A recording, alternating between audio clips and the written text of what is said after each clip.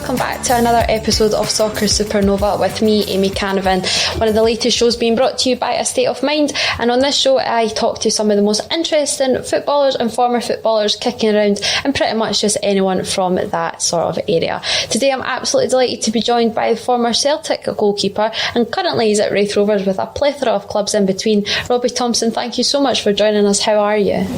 I'm not too bad, thanks. I'm glad to be on. Absolutely.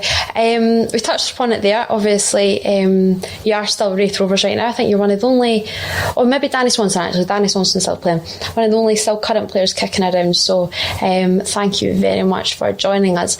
Was growing up, was football always the dream for you? Yeah, just like many young footballers, I would say so. Yeah, it was sort of my only goal growing up. I was lucky enough. I grew up with a footballing background. My dad being a footballer, so just naturally I followed that progression. So quite a boring answer, but no, that's the sort of the path that I'd only ever wanted to sort of go down. Do you think you say that there? Obviously, your dad kicked around in the footballing world as well, and went into coaching, sort of like yourself. So was there that added pressure that you sort of had to follow in his footsteps? There was never pressure. That's a good thing, sort of from both my parents. I'd never been forced to do anything. They sort of led me to their own devices. I was lucky enough coming up. I had some fantastic coaches and I had a great football upbringing going through Celtic. So they never really had to push me too much from that side of things. It all came from my end. I just looked up to my dad. I loved the environment that he worked in, and I just wanted to be part of that when I grew up. So you went to Celtic at a very young age, at 8. But where did they catch your eye? I remember I was away. I used to live down in England, but my dad played down there. And when I came back up, I got involved with a boys' club called Young Falkirk. So that was when I was like 6, 7. They were basically the pro youth setup that Falkirk had at the time. It wasn't quite set up. It was a own boys' club, and it was just run by the local dads and stuff. And then we actually done really well, and that's how I got noticed. I remember played in a tournament when I was younger, and the Celtic scouts picked me up, and then from 8 years old, that was me, right in amongst it. Who was your boyhood club? Sorry, was it Celtic or was it something more through East? No, to be honest, it was whoever my dad was at. Yeah. So when I was growing up, I would always get totally into grips with whoever he played for. So, and that was it. And then just as you grow older, you become sort of a lot more familiar with how football actually works, and it becomes a lot more serious. So those sort of ties go away. But I would say so. Growing up, my team would have been Newcastle, because my mum and my mum's side of the family, I've got a really big family from down there, and that's where my mum's from. So I would say sort of they would be sort of my teams growing up. So you're at Celtic at 8, and then we talk about it quite a lot on this show, that perhaps young kids are tucked into an academy too soon and they're not really enjoying their football, just playing with their friends. Sorry, you obviously were part of that system. How did you feel a part of it? I absolutely loved it. For me, it was the best football education I could possibly ever ask for. I do get why people sort of think that, but for me, because I was so driven to be a footballer and it's all I ever wanted, only ever wanted to play at the best sort of the highest level I possibly could, that was the ideal environment for me. But like I said, I can understand why people have got a different perspective on it, but from my own experience, it was definitely the right place for me, and somewhere that I loved sort of growing up and getting that football education.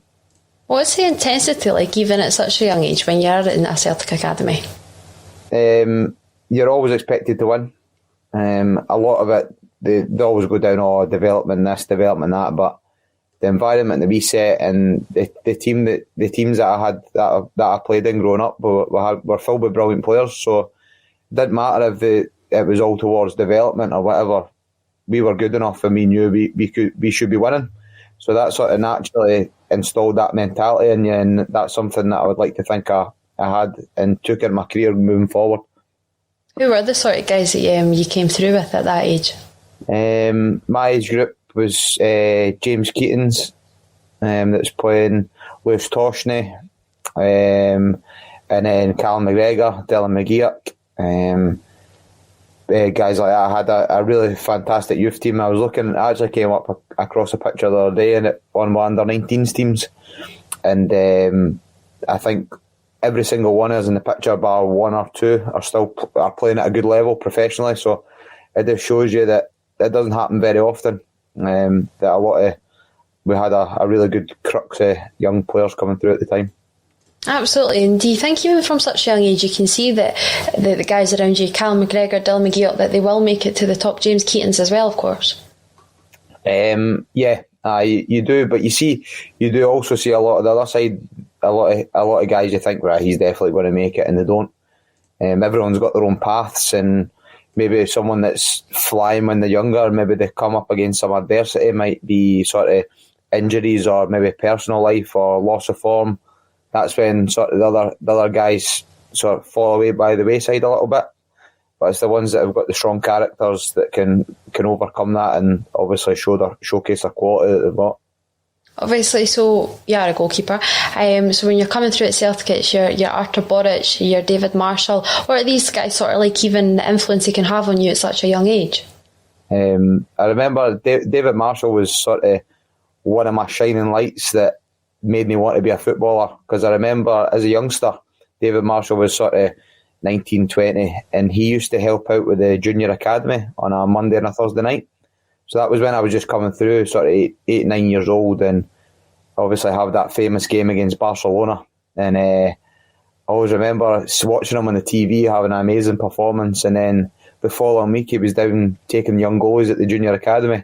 And I was just like, I couldn't believe it. I was just in awe of him because I just watched him on the TV play this amazing game, and that was the sort of light bulb moment for me to go like, well, that's what I want. I want to be like that one day. And it was just having the opportunity to look up to those guys, and it was quite good. The pathway at Celtic, we always, even if you're a young goalkeeper, you would get the opportunity to train with, or you'd be able to watch the sort of older age groups and the older teams train.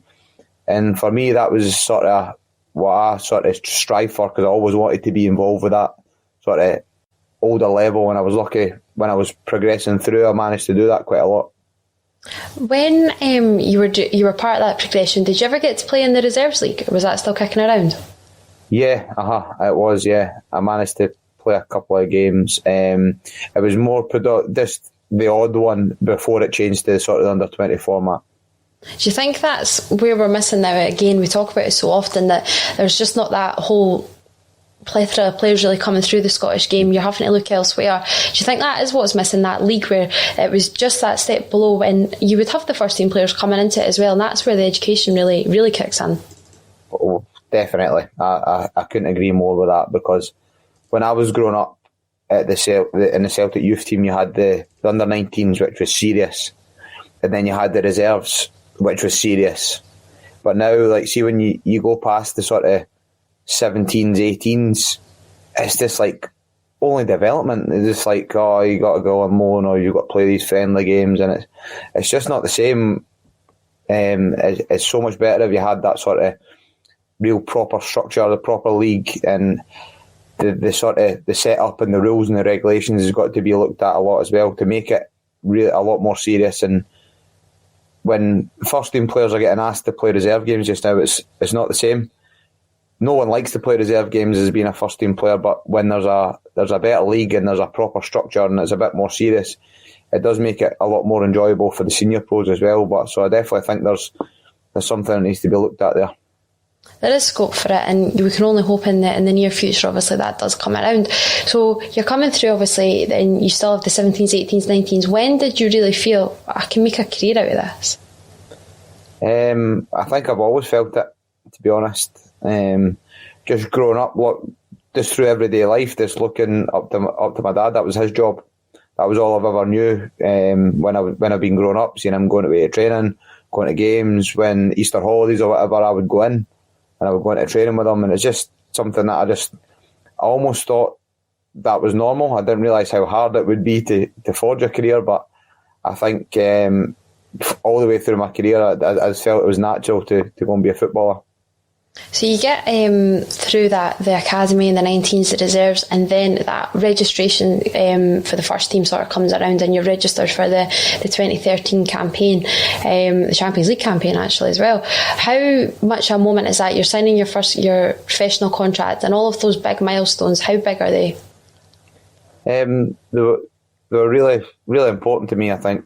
I was lucky enough growing up. Tommy Burns gave me my first professional contract when I actually had it when I was 13. I knew I was going into that, so he had a great eye for earmarking younger players, and it wasn't just myself. He'd done it through a lot of the top players coming through, and I still had a little bit of time left on that, but through my hard work I managed to get another contract, and that's when it became a little bit more serious in terms of trying to get a progression up into the first team and around it. But being involved in the first team every day, training and stuff like that was something I look back on now, and I'm really proud to have been a part of it. A lot of people go, "Oh, let it go" or whatever, but I don't want to. I look back on it in a real sort of fondness, and I took a lot of sort of learning opportunities from that, and things that have stuck with me and are still with my sort of in my day-to-day sort of life just now, and when I go about my training. So it's something I look back on with real fondness.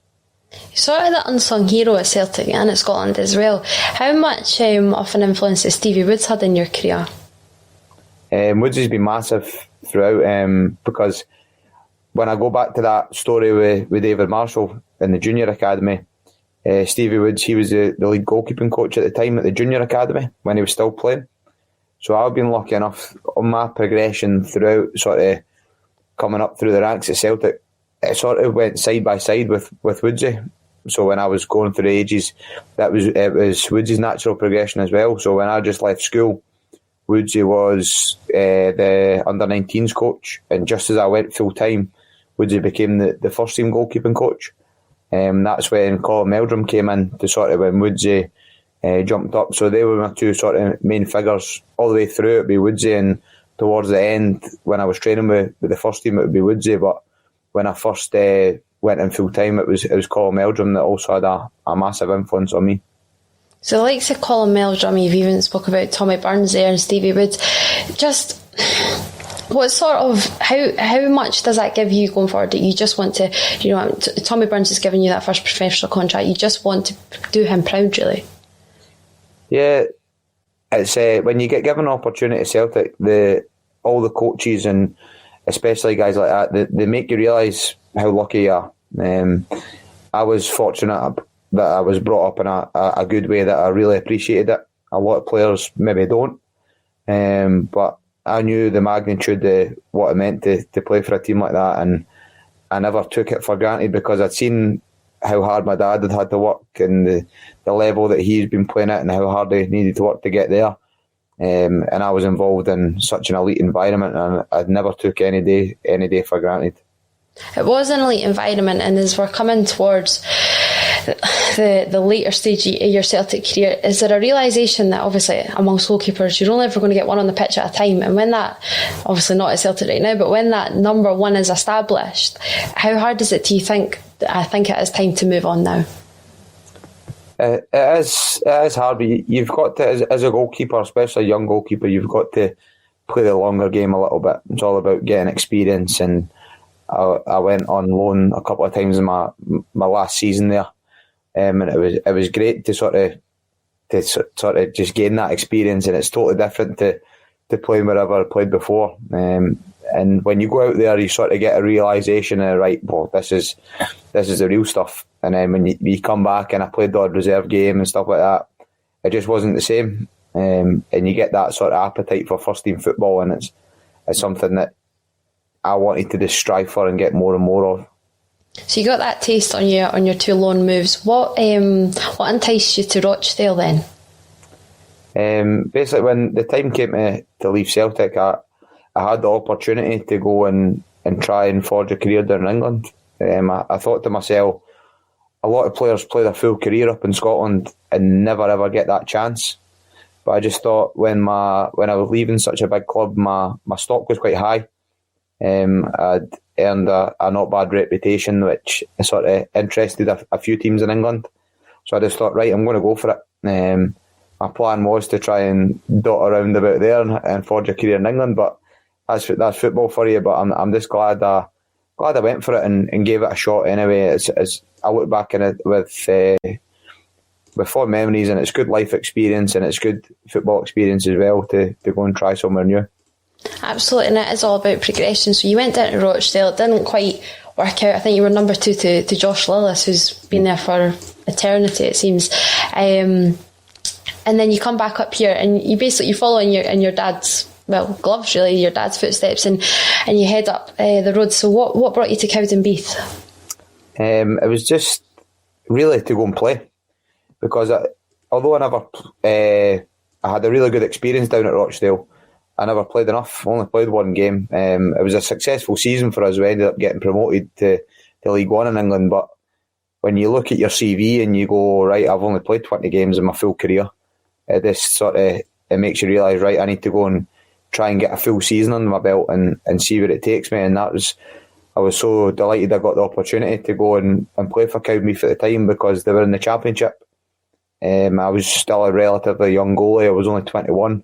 And Jimmy Nicholl gave me that opportunity to go and play every week for Cowdenbeath, and it was the best thing I've ever done. There's a bit of a gamble, because if it didn't work out, that could be the sort of decline. But that opportunity, I grasped it, and I went and done pretty well, and I managed. That was the making of me as a young goalkeeper.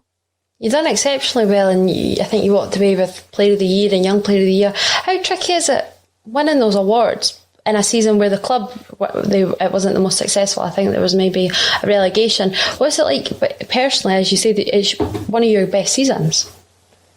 It was good. It was really rewarding, because that was, like I said, it was a gamble I took at the start of the season to go, right, I'm going to test myself out here. I'm going to put myself right in the shop window and I knew I was going to be busy. And that was the way I looked at it, and it was good to look back on the end of the season and go, performance-wise, generally, I went and proved myself at a good level, and that was what I needed to move forward and progress with my career in Scotland.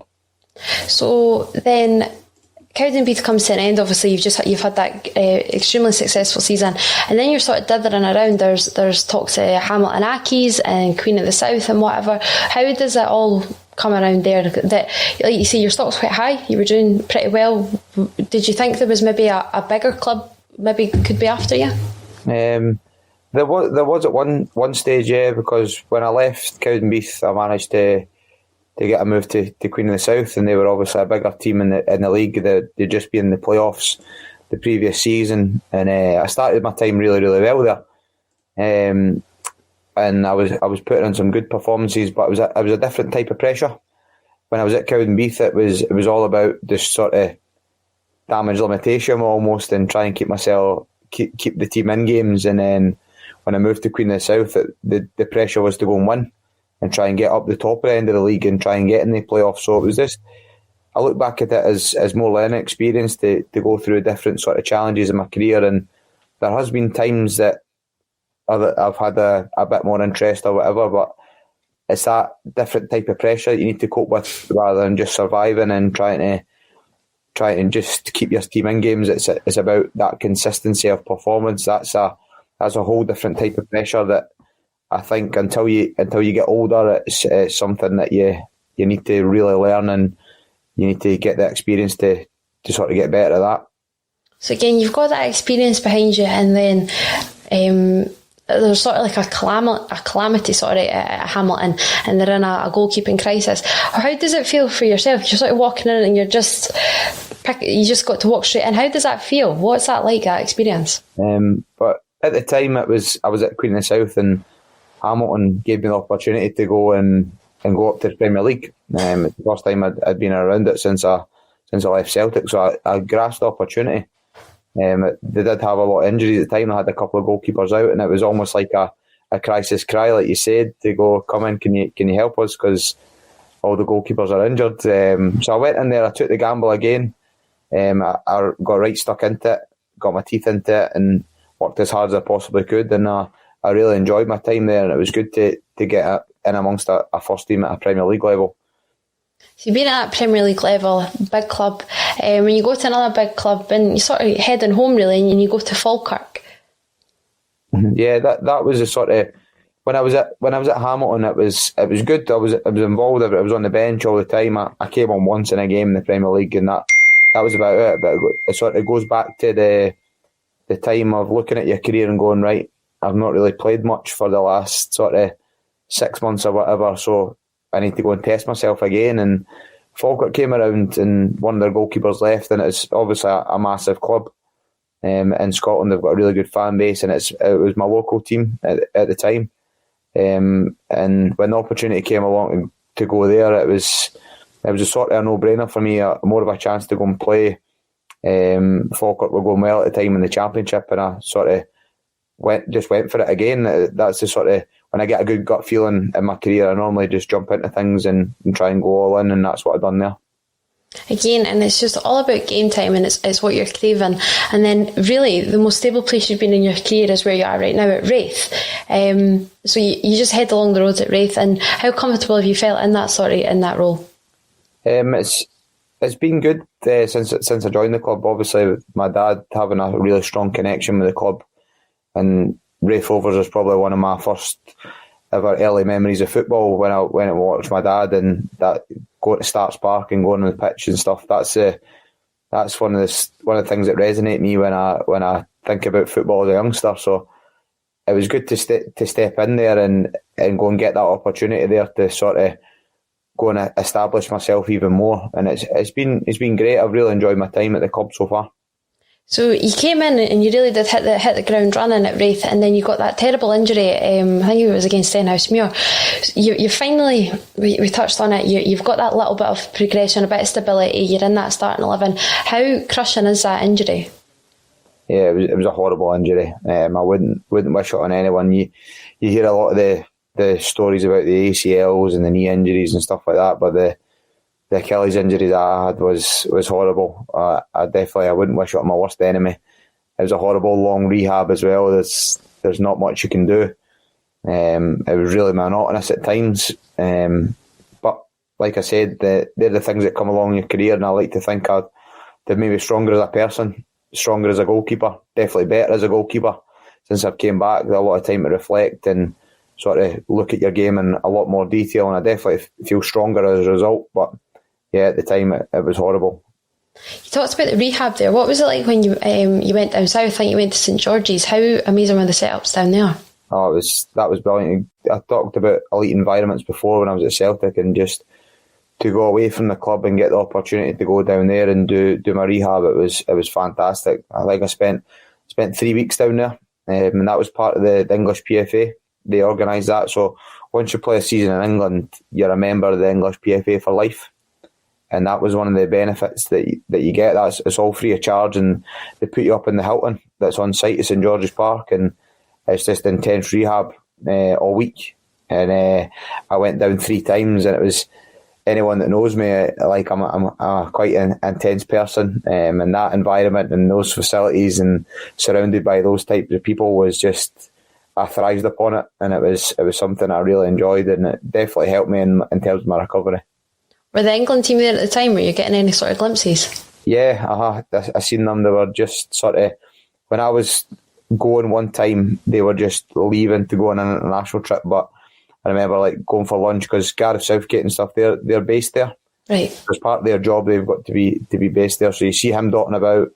I seen Phil Neville, who was the women's team manager. He was floating about as well, and it's just second nature, because those guys, they're based there all the time, and they see the PFA rehab athletes come in, and they know who they are, and they just sort of, how you getting on with your rehab and stuff like that. And it was good to rub shoulders with these guys, and it just gives you that little reminder of how the other side live, almost like how the elite guys are used to the facilities and the sort of environment down there, and this gives you a wee realisation of what you can achieve again.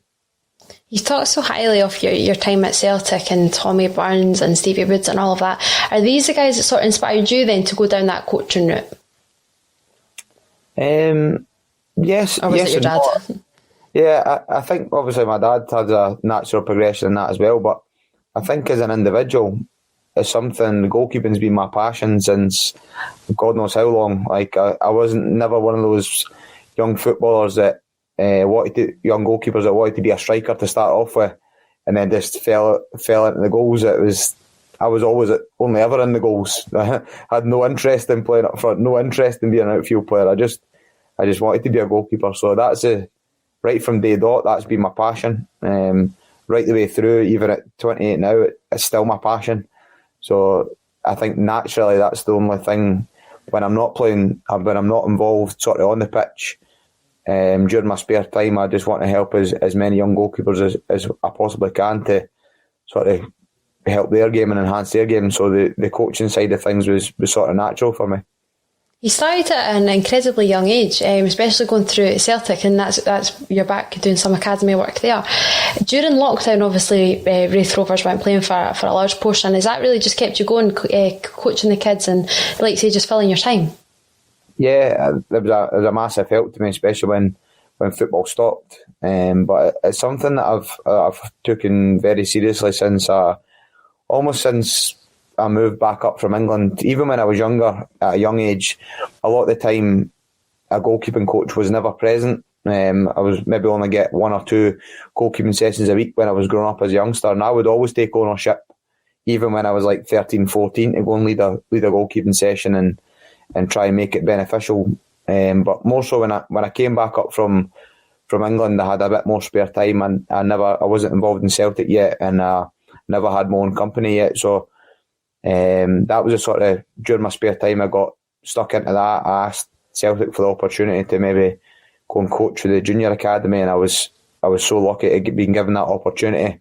And then I set up my own sort of goalkeeping side of things called Pro Performance Goalkeeping. It was originally Pro Performance Academy with my 2 pals, Callum Tapper and Blair Munn, but recently in the last couple of years, I've moved away and solely focusing on the goalkeeping side of things. So we sort of run it as one, but I'm in charge of the goalkeeping side of things, and that's sort of what I do away from the club. Yeah, and obviously at your club as well, you're in a sort of coaching role at Raith as well as being a player. You're only 28. How is that sort of received by your teammates?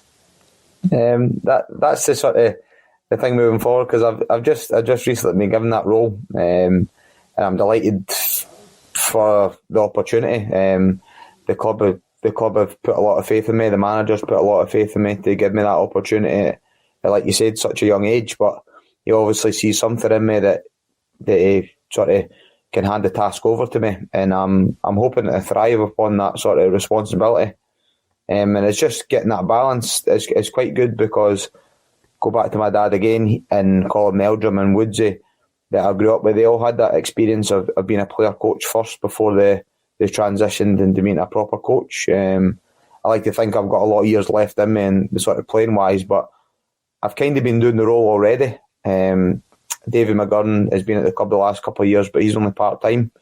So whenever Davey's not been in, I've been given the opportunity to go and lead the goalkeeping sessions, but to officially be given the role for next season, it's something that I'm looking forward to getting stuck into, and it's not going to be too different. A lot of the players, and they know what I do anyway. It's something that I've been doing for the last 2 years, so hopefully it'll be a natural progression into that role, and hopefully it can be beneficial moving forward. You're certainly not going to be leaving your spot in between the sticks anytime soon then, no? No, always thrive to sort of to go and play. I've not got that urge to hang up the gloves at all. I really feel like I've got a lot to offer on a playing sense. But also now I've got that role, so I've got to make sure I'm the best coach I can possibly be for the goalkeepers that are there at the club at the moment. And that's the sort of, both of my roles are pretty clear from the manager. It's on the pitch to try and perform the best I can and try and forge my way into that starting 11. And the other role is to be the best coach I can be and serve the goalkeepers at the club in the best way possible. Absolutely. Well, Robbie, thank you so much for joining us. I've thoroughly enjoyed our chat. All the best as we're going forward in the coaching role as well. And fingers crossed we'll be seeing Raith kicking on a few more victories like the other night. Yeah, I know we've been playing well. We're coming in a good bit of form. towards the end of the season, so hopefully we can keep it going.